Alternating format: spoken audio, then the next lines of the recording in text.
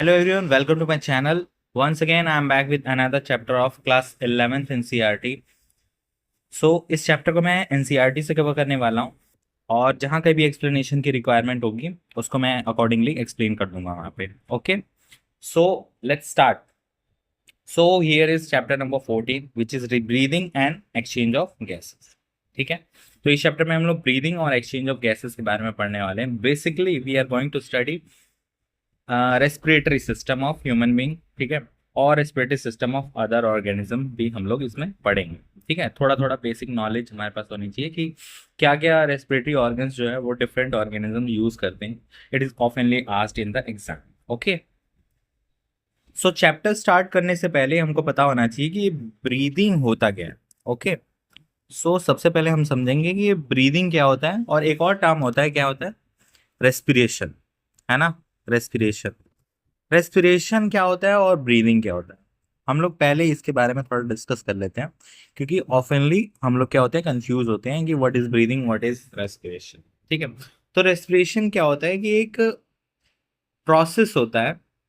ठीक है, बड़ा प्रोसेस होता है. ये क्या होता है, एक प्रोसेस होता है. ब्रीदिंग जो होता है वो रेस्पिरेशन का पार्ट होता है. It is a part of respiration. Respiration एक काफी बड़ा प्रोसेस है जिसका एक पार्ट क्या होता है, ब्रीदिंग. ओके, तो रेस्पिरेशन ब्रीदिंग में डिफरेंस क्या है. तो ब्रीदिंग में बेसिकली हम क्या करते हैं, inhalation and exhalation of air, gases का एक्सचेंज करना बेसिकली. ठीक है, हम लोग बचपन से पढ़ते आ रहे हैं. इनहेलेशन मतलब सांस लेना, है ना. एक्सहेलेशन मतलब सांस बाहर छोड़ना, है ना. तो इनहेलेशन को दूसरे नाम से भी जाना जाता है, लाइक लाइक लाइक इंस्पिरेशन, है ना. इनहेलेशन को इंस्पिरेशन के नाम से भी जाना जाता है और एक्सहेलेशन को एक्सपिरेशन के नाम से भी जाना जाता है. बेसिक मतलब क्या है इसका, कि इनहेलेशन मतलब होता है सांस को अंदर लेना, मतलब एयर को माउथ के थ्रू जो है या फिर किसी भी ऑर्गन के थ्रू उसको बेसिकली बॉडी के अंदर लेना. और एक्सहेलेशन मतलब क्या होता है कि एयर को बॉडी से बाहर निकालना. ठीक है, इसी प्रोसेस को बोलते हैं इनहेलेशन और एक्सहेलेशन. और ये दोनों प्रोसेस को मिला के बोलते हैं हम ब्रीदिंग. मतलब ब्रीदिंग के अंदर क्या आएगा, इनहेलेशन भी आएगा और एक्सहेलेशन भी आएगा. ठीक है, सांस को लेना और छोड़ना, इन दोनों प्रक्रिया को क्या बोलते हैं, हम ब्रीदिंग बोलते हैं. फिर रेस्पिरेशन क्या होता है, रेस्पिरेशन क्या होता है, एक बहुत ही, ये कह सकते हैं बायोकेमिकल प्रोसेस होता है. क्या होता है ये, बायोकेमिकल प्रोसेस होता है. इसमें क्या होता है कि हम एयर लिए जिसमें बेसिकली हमको क्या चाहिए, ऑक्सीजन. वो जो है वो फूड को तोड़ने में हेल्प करता है, फूड का ऑक्सीडेशन बेसिकली करता है जिसको हम बोलते हैं. और ऑक्सीडेशन से क्या होता है, कार्बन डाइऑक्साइड प्रोड्यूस होता है और एनर्जी रिलीज होती है. बेसिकली हमारी बॉडी को क्या चाहिए, एनर्जी चाहिए. फूड क्यों लेते हैं, एनर्जी के लिए. और उस फूड को एनर्जी में कन्वर्ट करने के लिए हमको किसकी जरूरत होती है, ऑक्सीजन को, ऑक्सीजन की. और ऑक्सीजन हमको कहाँ से मिलता है, थ्रू एटमॉस्फेरिक एयर. एटमॉस्फेयर में जो एयर प्रेजेंट है उससे मिलता है. तो उसके लिए हमको क्या करना पड़ेगा, एटमॉस्फेरिक एयर को बॉडी के अंदर लाना पड़ेगा. और बॉडी के अंदर लाने के प्रोसेस को क्या बोलते हैं, इनहेलेशन, जो कि किसका पार्ट है, ब्रीदिंग, जिसको हम क्या करें, ब्रीदिंग. ब्रीदिंग का एक पार्ट है. वेयर सब जब वो बॉडी के अंदर आ जाता है तो उसको फूड तक पहुंचना रहता है. और फूड कहाँ प्रेजेंट होता है, फूड को ब्रेक डाउन करके सेल के पास पहुंचता है. और सेल के अंदर क्या होता है, ऑक्सीडेशन ऑफ फूड होता है. सेल के अंदर क्या होता है, ऑक्सीडेशन ऑफ फूड, फूड का ऑक्सीडेशन होता है. जिससे क्या होता है, कार्बन डाइऑक्साइड और एनर्जी रिलीज होती है. और इस एनर्जी को हम लोग डिफरेंट फंक्शन परफॉर्म करने के लिए यूटिलाइज कर लेते हैं. ओके, और ये जो कार्बन डाइऑक्साइड बना है बॉडी के अंदर, ये क्या होता है, हार्मफुल होता है हमारी बॉडी के लिए. इसलिए इसको बॉडी से बाहर भी निकालना रहता है और वो बॉडी से बाहर निकलता है थ्रू द प्रोसेस एक्सलेशन. तो ये पूरा प्रोसेस जो है, एयर को, एटमोस्फेरिक एयर को बॉडी के अंदर लेना, ऑक्सीडेशन ऑफ फूड कराना और एनर्जी और कार्बन डाइऑक्साइड का रिलीज कराना, उसके बाद कार्बन डाइऑक्साइड को बॉडी से बाहर निकालना, ये पूरा प्रोसेस जो है वो कहलाता है हमारा रेस्पिरेशन. ठीक है, वेयर एज जो एयर को हम लोग ले रहे हैं और कार्बन डाइऑक्साइड को, बेसिकली ऑक्सीजन को जो ले रहे हैं और कार्बन डाइऑक्साइड को बाहर निकाल रहे हैं. ठीक है, तो इस प्रोसेस को, इन दोनों प्रोसेस को मिला के हम बोलते हैं क्या, ब्रीदिंग. ठीक है, तो कह सकते हैं हम breathing is a part of respiration, where respiration is a complex process जिसमें हम लोग क्या करते हैं, एटमॉस्फेरिक एयर को बॉडी के अंदर लेते हैं और उसके बाद वो यूटिलाइज होता है किसमें, ऑक्सीडेशन ऑफ फूड. और जब ऑक्सीडेशन ऑफ फूड हो जाता है तो क्या निकलता है वहां से, एनर्जी निकलता है और कार्बन डाइऑक्साइड निकलता है. ठीक है, इस एनर्जी को हम यूटिलाइज कर लेते हैं डिफरेंट फंक्शन परफॉर्म करने के लिए. और कार्बन डाइऑक्साइड चूंकि एक हार्मफुल मेटाबॉलिक प्रोडक्ट है, इसको बॉडी से बाहर निकालना रहता है. और ये एक्सलेशन प्रोसेस के थ्रू जो होता है, हम सांस छोड़ते हैं जब, तो कार्बन डाइऑक्साइड को बॉडी से हम लोग बाहर निकालते हैं. ओके, यहां तक समझ आया? ठीक है, अब हम लोग आगे बढ़ते हैं।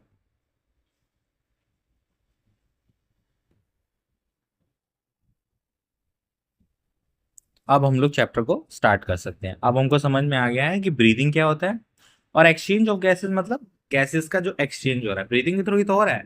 ब्रीदिंग में इनहेलेशन और एक्सहेलेशन है। ठीक है, इनहेलेशन से हम क्या कर रहे हैं, एयर को अंदर ले रहे हैं बॉडी के, और उसमें बेसिकली हमको जरूरत जो है, किस कंपोनेंट ऑफ एयर की जरूरत है हमारी बॉडी को, ऑक्सीजन की जरूरत है।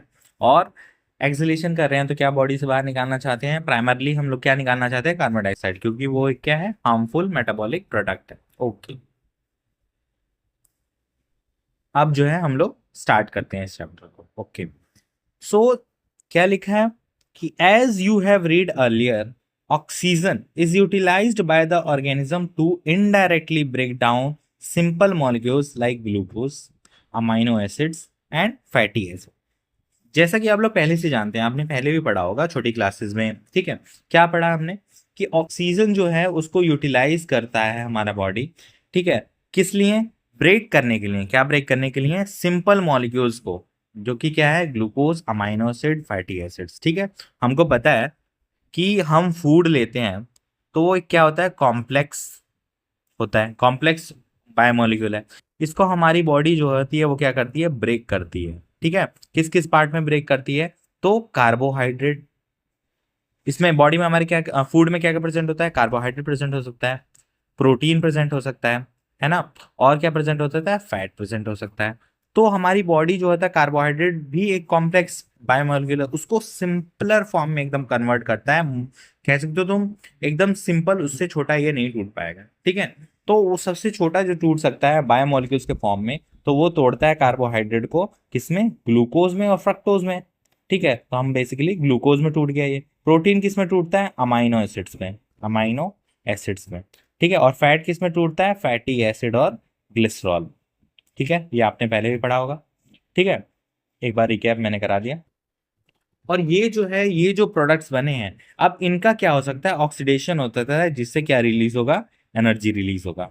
ठीक है, तो हम, हमारी बॉडी जो है तो बेसिकली ऑक्सीजन को यूटिलाइज करती है इन प्रोडक्ट को जो है मेटाबोलाइज करने के लिए, इन प्रोडक्ट को तोड़ने के लिए और इनसे एनर्जी ऑब्टेन करने के लिए। ओके, यही यहाँ पे लिखा है कि oxygen is utilise by organism to indirectly break down of simple molecules like glucose हो गया, अमाइनो एसिड हो गया और फैटी एसिड हो गया। और क्या करती है उससे, to derive energy to perform various activity. यही तो मैंने अभी तक समझाया, आपको एक्सप्लेन किया कि हमारी बॉडी जो है वो एयर ले रही है बॉडी के अंदर, जिसमें क्या प्रेजेंट है, ऑक्सीजन, और उस ऑक्सीजन का यूज कर रही है किसको तोड़ने के लिए, सिंपलेस्ट बायोमोलिक्यूल्स जो प्रेजेंट है, हमने कहाँ से ऑब्टेन किया है, फूड के through.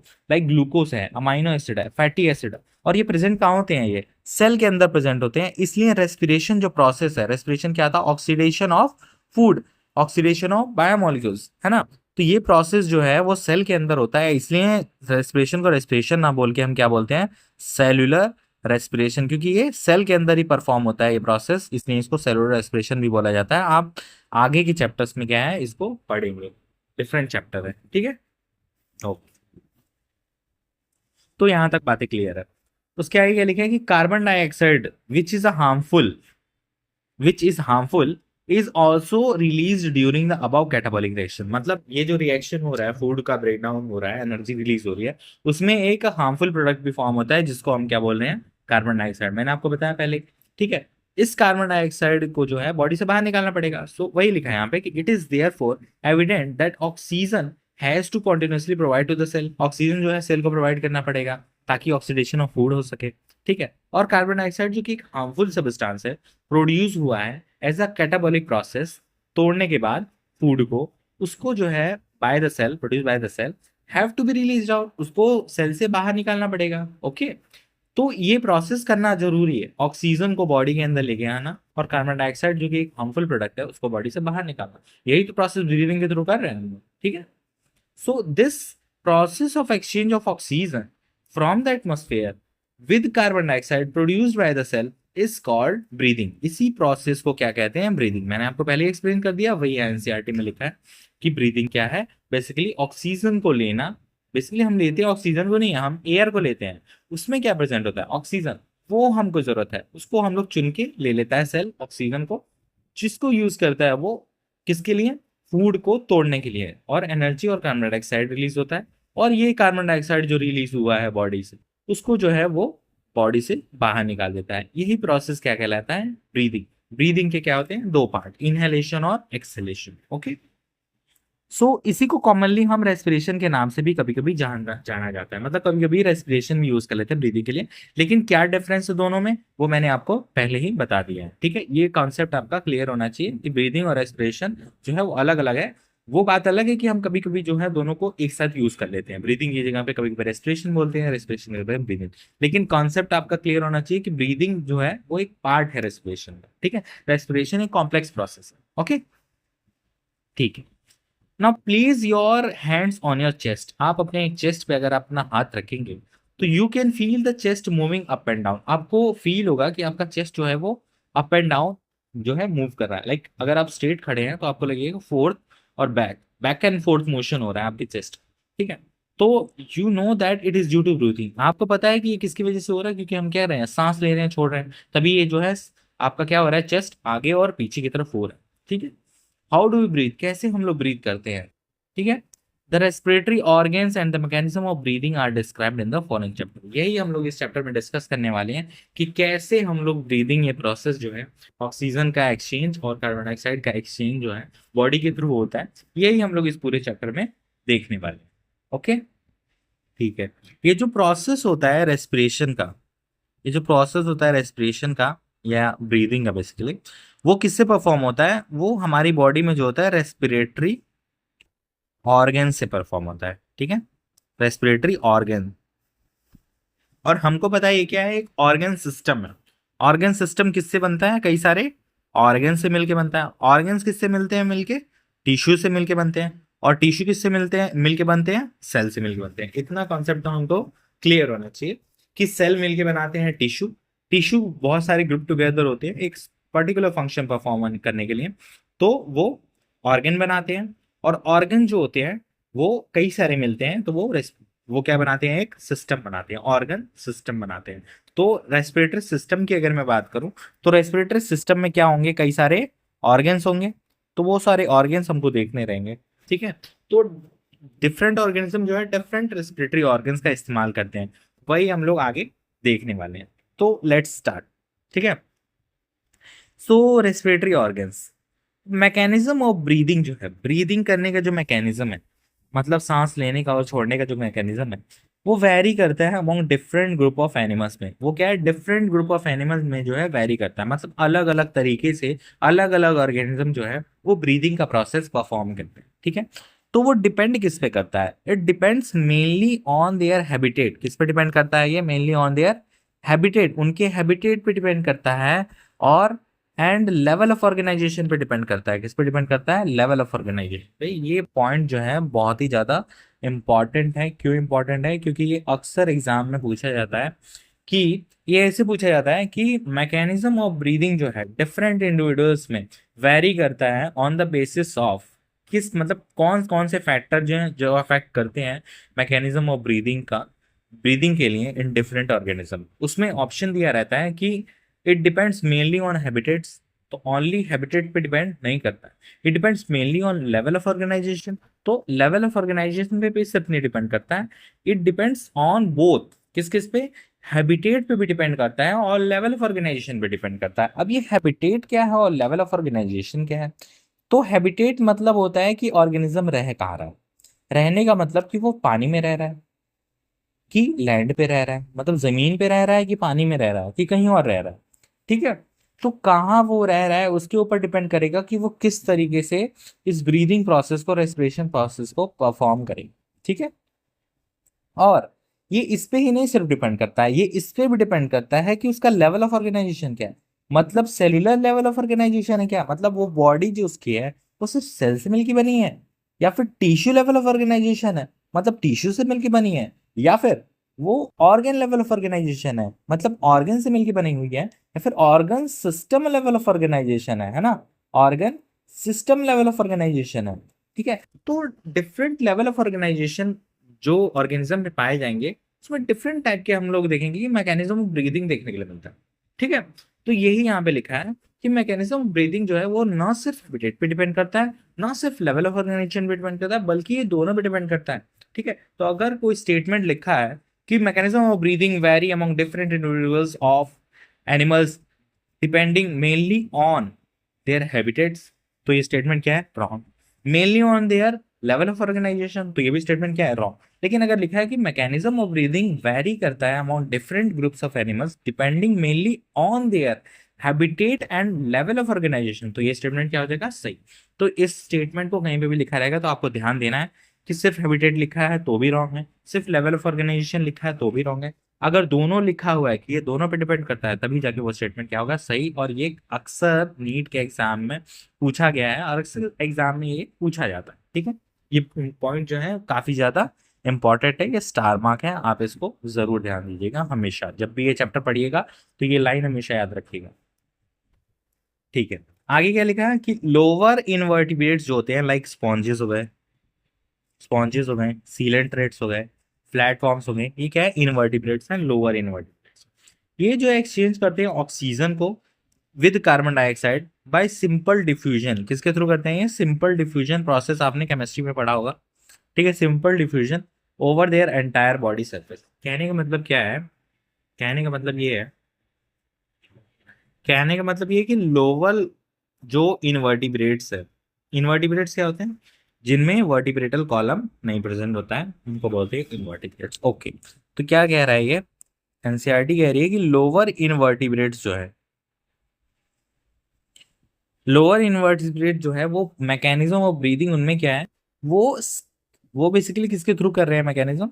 Simple diffusion, simple diffusion के थ्रू कर रहे हैं। और ये सिंपल डिफ्यूजन किसके थ्रू हो रहा है? उनकी बॉडी के थ्रू हो रहा है। मतलब मान लो ये उनकी बॉडी है, ठीक है, ठीक है, ये उनकी बॉडी है, ये एटमॉस्फेयर है, यहाँ से उनको गैसेस एक्सचेंज कराना है। तो ये प्रोसेस जो है एक्सचेंज ऑफ गैसेस जो है, मतलब गैसेस जो है बॉडी से बाहर जा रही है और बॉडी के अंदर जा रही है, ये सिंपल डिफ्यूजन प्रोसेस से दूर हो जा रही है। रिकैप मैं आपको करा देता हूँ कि सिंपल डिफ्यूजन क्या होता है। सिंपल डिफ्यूजन कुछ नहीं होता है, बेसिकली एक जगह पे एक पर्टिकुलर सब्सटेंस का कॉन्सेंट्रेशन, एक गैसियस सब्सटेंस का कॉन्सेंट्रेशन अगर ज्यादा है, लाइक अगर मैं कहूँ यहाँ ऑक्सीजन का कॉन्सेंट्रेशन क्या है? ज्यादा है, और बाहर और कार्बन डाइऑक्साइड का कॉन्सेंट्रेशन ज्यादा है, और इसका अपोजिट समझ लो कि अंदर क्या है? कार्बन डाइऑक्साइड कम है और बाहर ऑक्सीजन क्या है? कम है। ठीक है, तो जहां पे जो सब्सटेंस ज्यादा होगा वो कम की तरफ मूव करना चाहेगा ताकि इक्विलिब्रियम मेंटेन हो जाए, मतलब दोनों तरफ बराबर हो जाए। तो ऑक्सीजन यहाँ अंदर ज्यादा है तो वो बाहर जाना चाहेगा, और कार्बन डाइऑक्साइड अंदर कम है, बाहर जाना है, तो कार्बन डाइऑक्साइड कहाँ जाना चाहेगा? अंदर जाना चाहेगा। ओके, ऐसा ही इन लोग की बॉडी में भी होता है। लाइक अगर इनको ऑक्सीजन चाहिए तो ऑक्सीजन की मात्रा कहाँ ज्यादा है? एटमॉस्फेयर में। कार्बन डाइऑक्साइड इनकी बॉडी में ज्यादा है, तो कार्बन डाइऑक्साइड जो है वो बाहर निकल के चला जाएगा और ऑक्सीजन जो है बॉडी के अंदर आ जाएगा। ठीक है, यही जो है प्रोसेस कहलाता है सिंपल डिफ्यूजन, मतलब कंसंट्रेशन के अलोंग जो है वो गैसेस मॉलिक्यूल्स का मूवमेंट होना।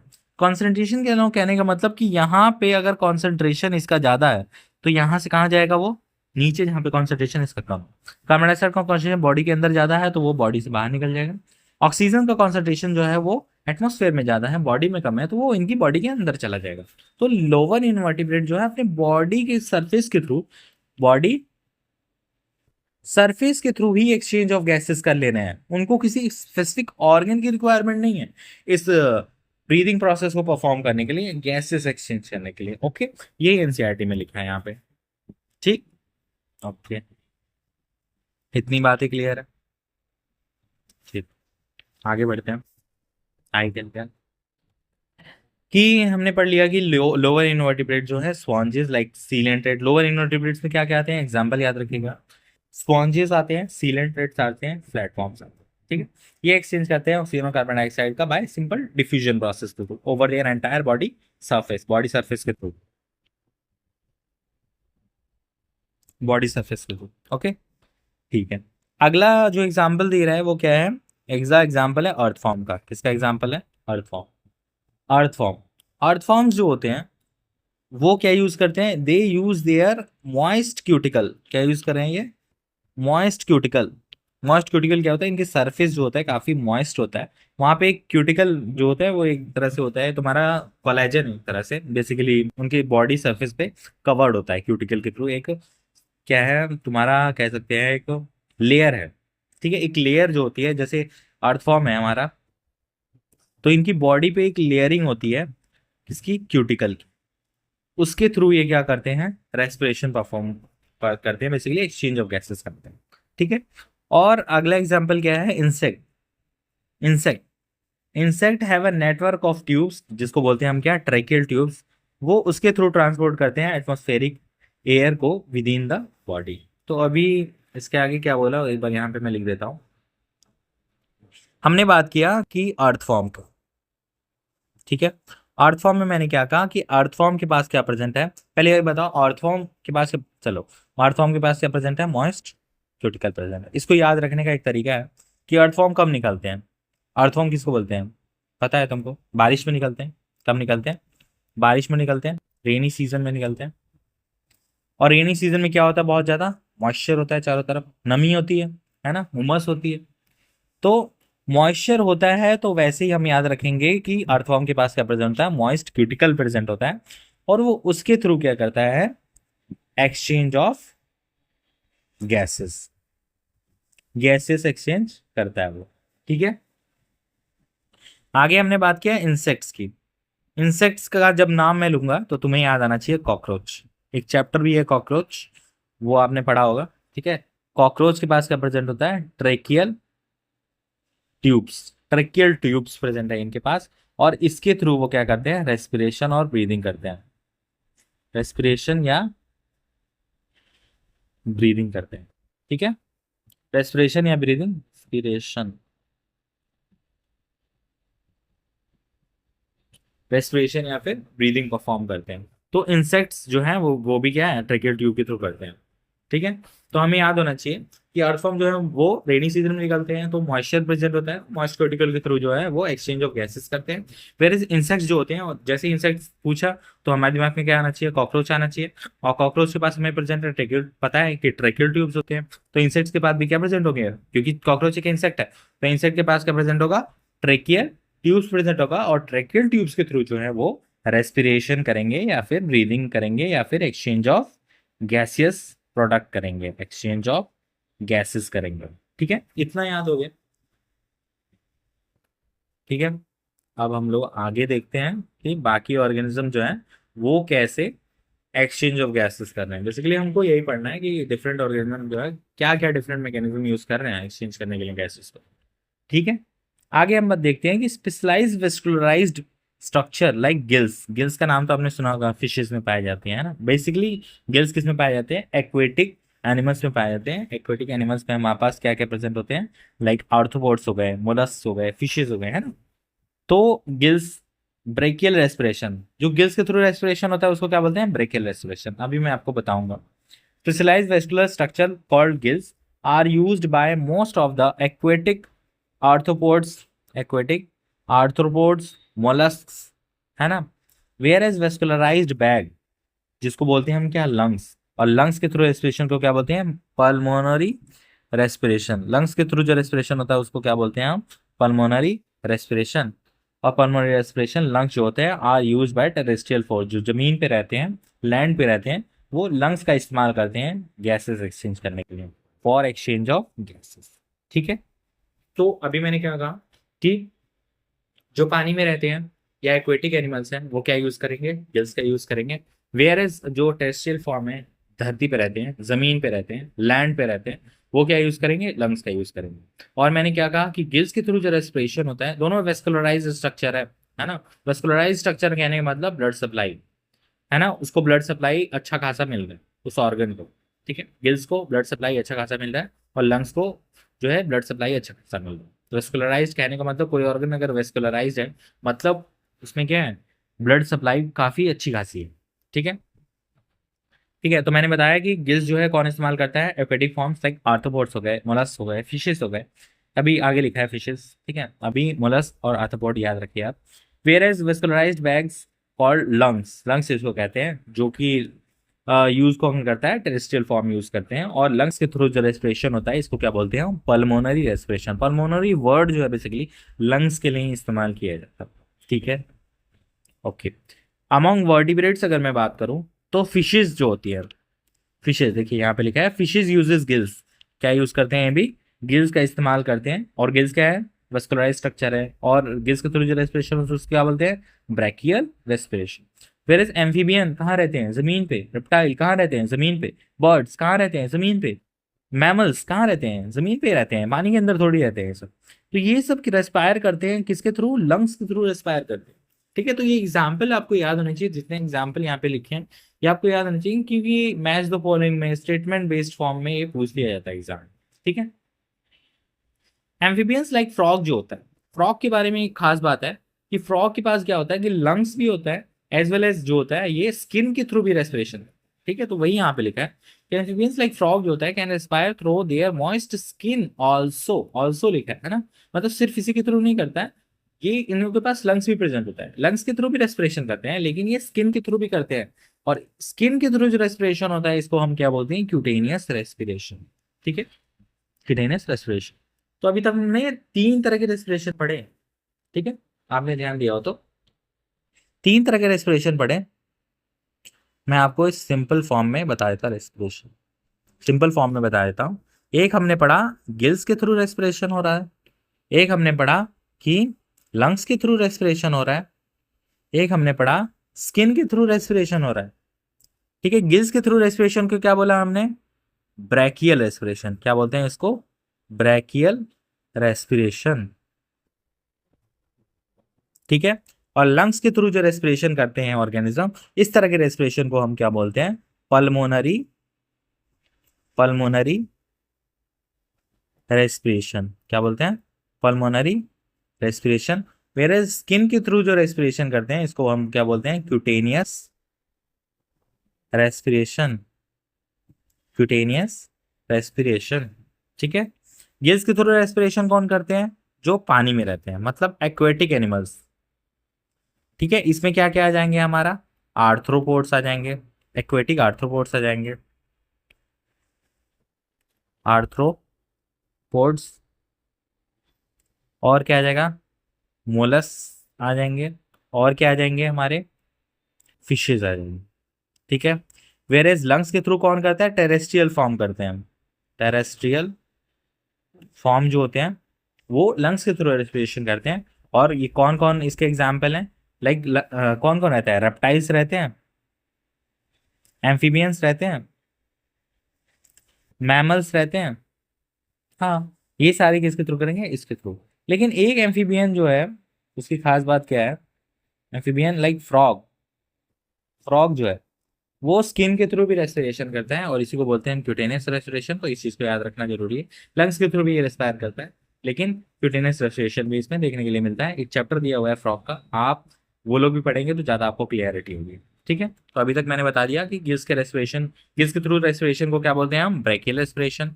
लंग्स के थ्रू रेस्पिरेशन को क्या बोलते हैं, पल्मोनरी रेस्पिरेशन। स्किन के थ्रू क्यूटेनियस।